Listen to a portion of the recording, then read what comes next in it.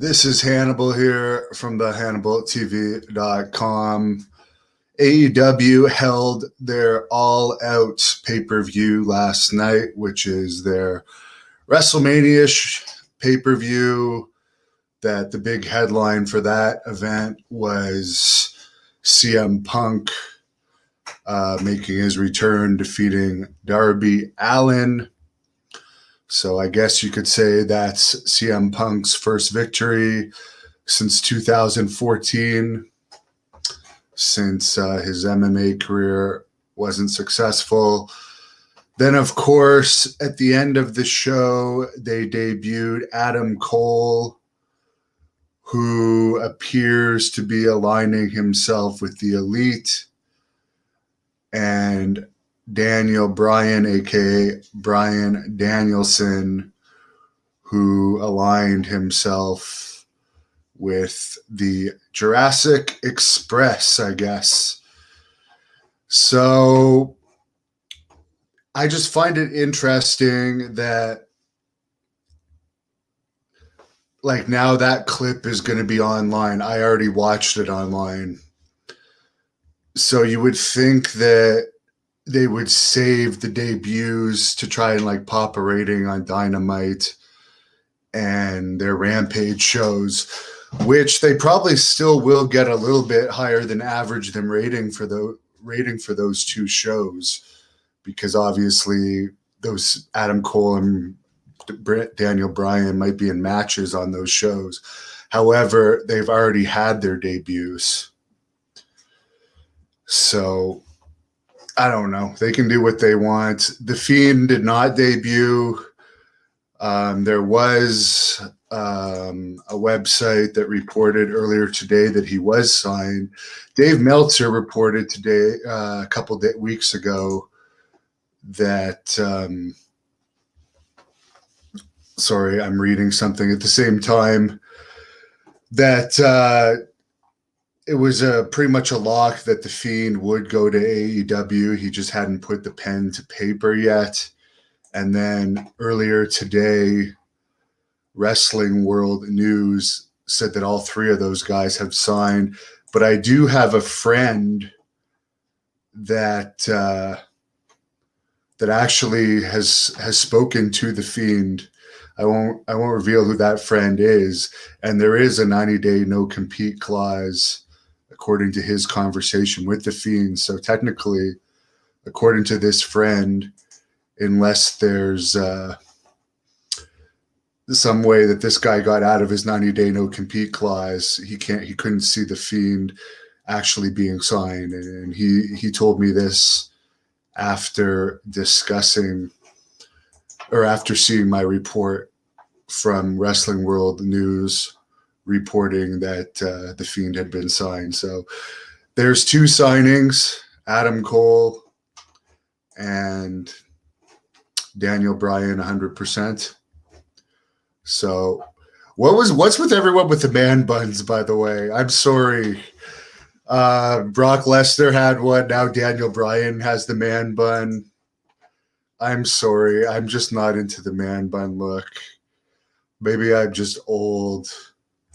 I'm sorry, but I just don't get the man bun look. Paulie, where's Bray at?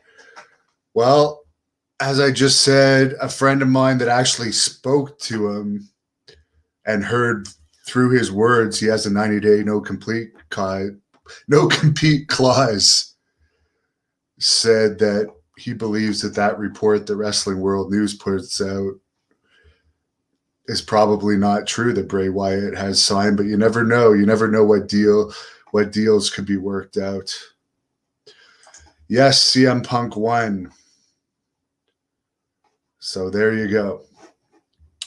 I did not watch it. I read the results. I did look up on YouTube the whole thing with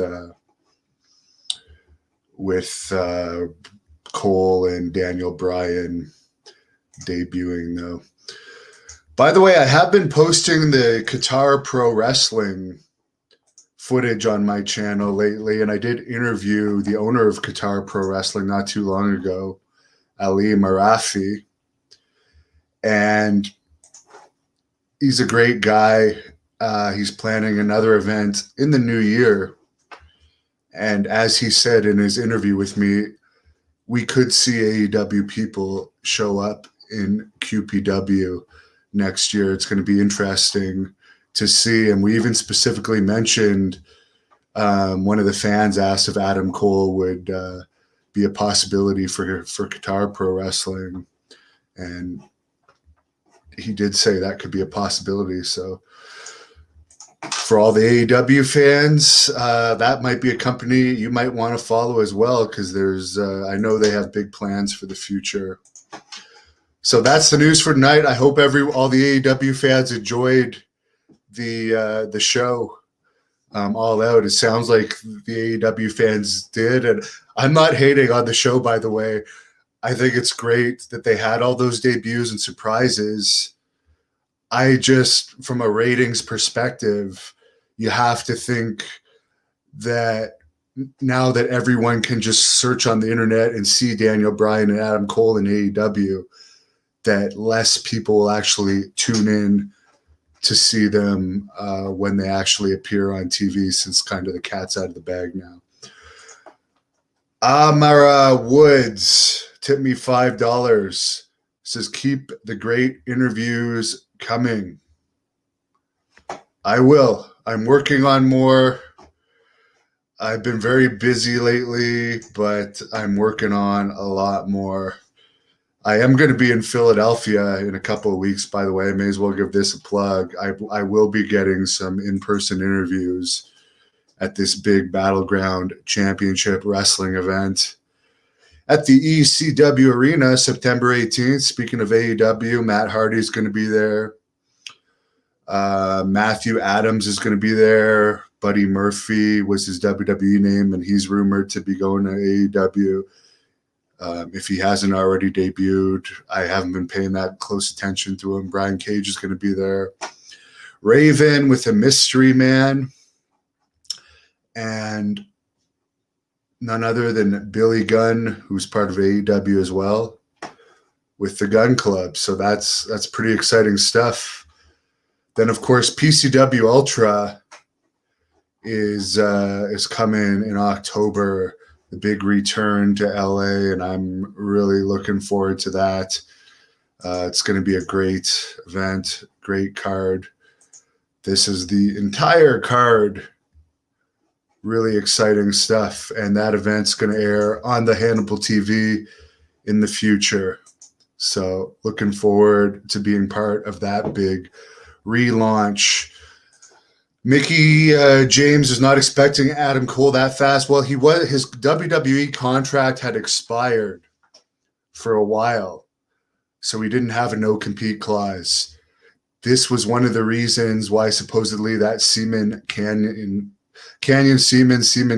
whatever his name is, in my opinion, he was a terrible talent relations guy from a tennis background, but WWE supposedly released him because he let Adam's Cole contract expire while he was still in a major angle, which he should have been keeping better tabs on the contracts. So I'm going to go out for my run in a couple minutes, just finishing off my coffee here and doing some editing. And I'm going to head out, hit the road. Have a good night, everybody. Hope everybody enjoys Labor Day tomorrow. Thank you for watching the Hannibal TV. Please like this video if you enjoyed it, and click the subscribe button to not miss any of our latest shoot interviews, match videos, or news updates. Support us on patreon.com for $1.99 a month to watch our full shoot interviews,